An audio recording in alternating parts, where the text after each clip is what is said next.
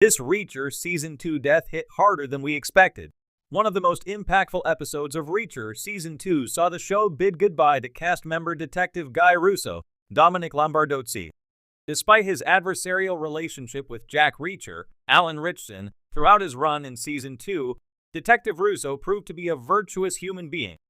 He also proved to be an invaluable ally to the 110th Unit in their investigation into New Age and its corrupt head of security, Shane Langston, Robert Patrick, the man responsible for the murder of 4 of Reacher's former teammates in the 110th Unit.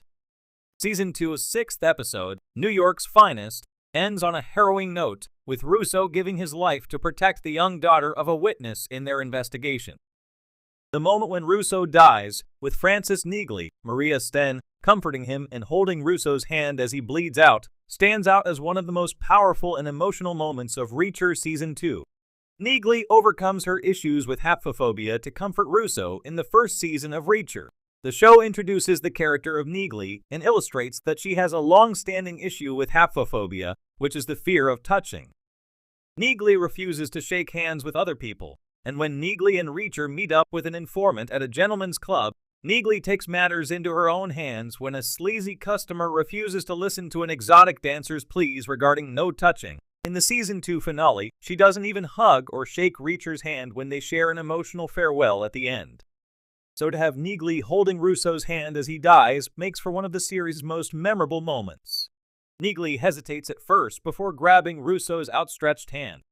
It is difficult for her to fight through her deeply ingrained fear to honor a man's dying wish, but it shows how deeply Neagley and the rest of her teammates respect Russo. While Russo and Jane Burns, Kate Moyer, are chased by Langston's hitman, Russo stays behind to engage the thugs so Jane can escape, but he's fatally shot in the process.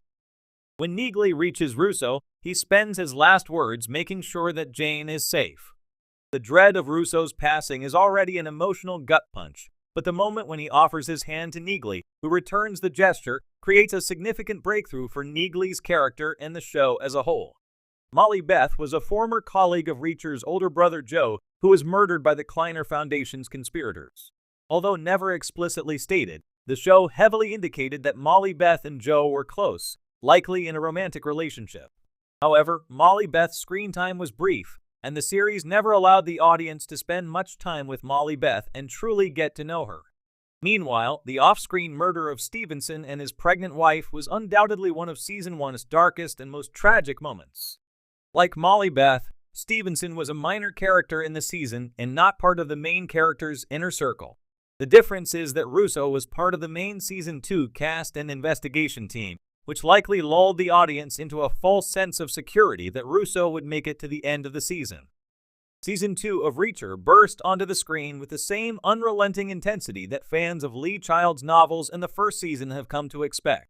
The thrill of watching Jack Reacher, an imposing, sharp-witted former military police officer, navigate a world brimming with danger and deception is undeniable. But amidst the hand-to-hand combat, mystery, and witty one-liners, there's something deeper that grounds the series in reality: loss. In Season 2, one death stood out, shaking the emotional core of the series and leaving fans more affected than expected. While Reacher isn't typically known for being a tearjerker, this season delves into more emotional territory, introducing characters who become more than just background players in Reacher's quest for justice. The unexpected death we're talking about is one that transcends the series' typical body count and hits viewers on a personal level, something that's quite rare for an action-heavy show. The setup. A deeper emotional core from the moment Season 2 kicks off. It's clear that this chapter of Reacher is expanding beyond the surface-level action.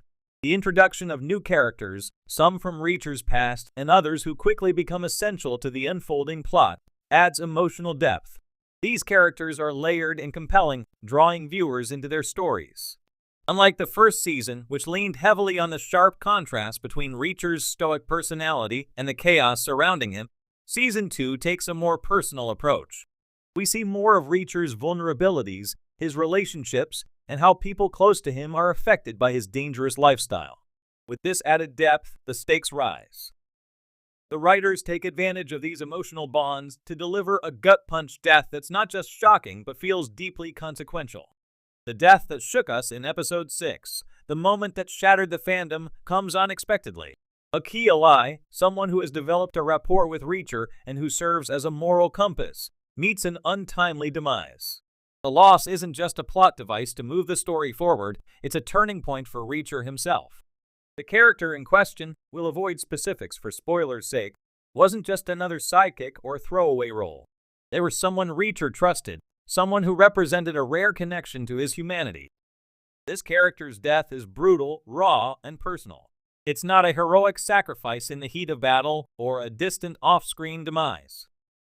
It's right there in front of Reacher and in front of us, forcing him and the audience to grapple with its weight. Why it hits so hard, there are several reasons this death resonates more than the usual action series fatalities. Emotional build-up. This wasn't a character introduced for shock value. Over the course of the season, they developed into a crucial figure in Reacher's life.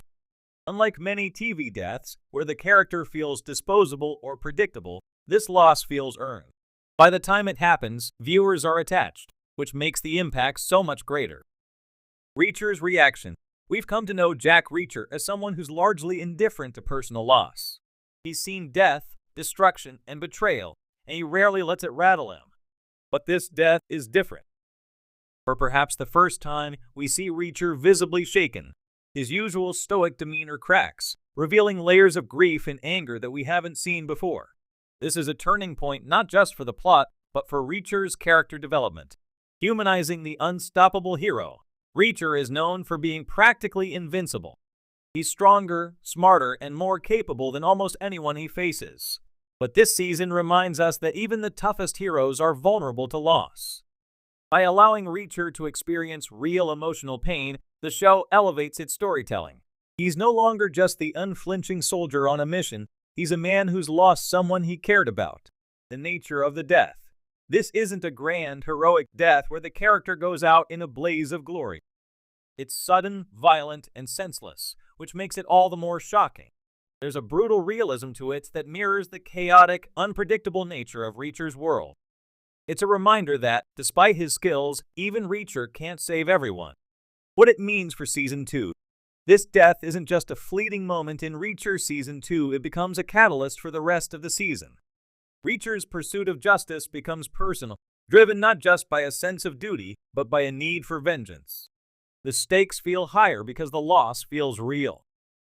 The writers have done a remarkable job of making this death resonate beyond the action, creating an emotional arc that grounds the series. Viewers are no longer just rooting for Reacher to win the day, they're invested in his journey, his pain, and his quest for redemption. Conclusion. The emotional power of loss. What makes this death so impactful is how it pushes Reacher into new emotional territory. It's rare for an action series to slow down and let viewers sit with loss, but when done right, it can elevate the entire story. In Season 2, this loss doesn't just serve to make Reacher's mission more intense, it humanizes him, revealing layers of grief, guilt, and determination that we haven't seen before. For fans of the show, this death was a gut punch we didn't see coming. But in hindsight, it's exactly what Reacher needed to deepen its narrative and give its unstoppable hero a challenge that even he can't punch his way out of.